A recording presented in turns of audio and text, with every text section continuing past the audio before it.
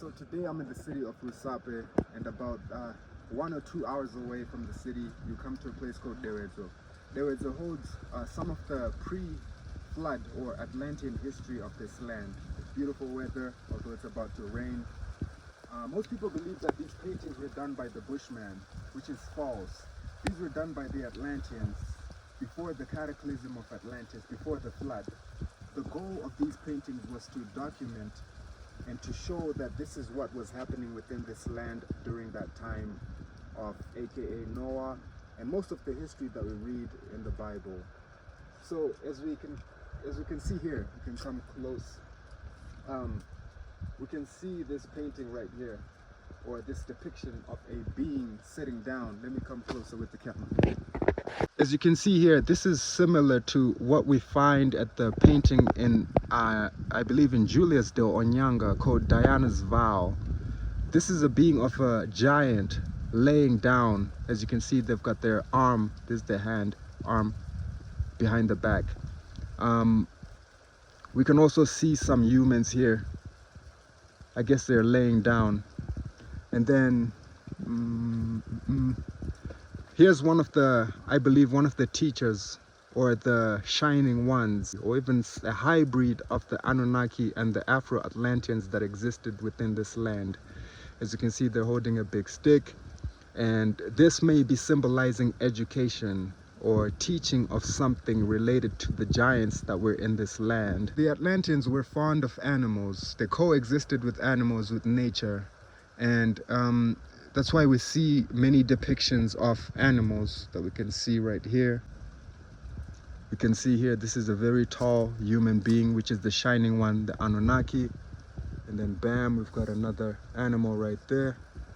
As I mentioned in the previous video, that we do find, if you can see the stride that this being is taking, this stride, or this, I don't know, this artistic pattern is related to the Afro-Atlanteans. These paintings are showing us that this is what we were doing. When we painted this, we're showing you that this is our landscape. This is where we lived. This is our art. This is our culture.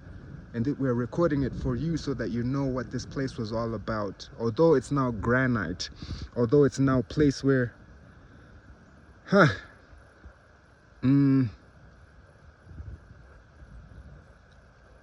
let's explore some more. As we can see here, this is, the Atlanteans were smart to the point where they realized that when we want to build our architecture or our places of worship or our places of living, it has to be places where there's or sacred energy that comes from the bottom of the earth. When the churches or religion started to be introduced within this land, they made sure they built churches on top of sacred land.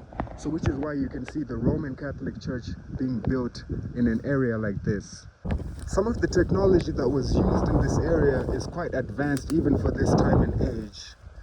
As you can see this rock here, check this out. This is like carefully sliced by some type of machine or technology that we haven't even grasped as of yet.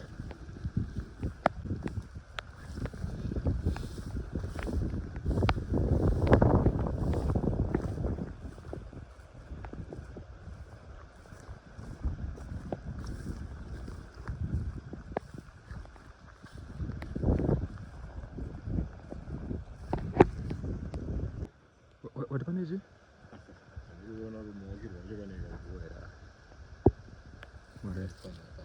Apparently this place here, since it holds that sacred energy like Matopos, Great Zimbabwe, apparently there's a grave that's here. We can see this is more modern, this is more human-like. So in the caves there's what we call sympathetic magic. Sympathetic magic is where you go into a cavity like this. A cavity like this amplifies energy. So what that means is that intention, thought, is vibration. Vibration is frequency. Frequency is energy. So what that means is that what you think, what you pray about within this place, what you meditate upon within this area that's been made into a cavity, manifests faster than being at any place, or I don't know. I hope you get the sense of what I'm trying to say. To simplify this is that if you were to take a speaker and put it right there and play music, your music will be naturally amplified by the cavity or the shape of this area, and it would bounce here. If it were a ceremony or whatever it was, many people would hear the prayer, would get the intention, would get the vibration or the frequency that's being generated here, either by devices or by thought vibration. So when we see granite, we just think this is rock, but granite has properties that energetic properties that it has. It has quartz inside, about close to 70% quartz. So, and other minerals, elements, chemicals, or whatever you like to describe it as. So when you see places like these, with the water that we find here, this water is energetically charged by the earth energies from the bottom. So imagine if this was much deeper. This place would be a pond or ziva.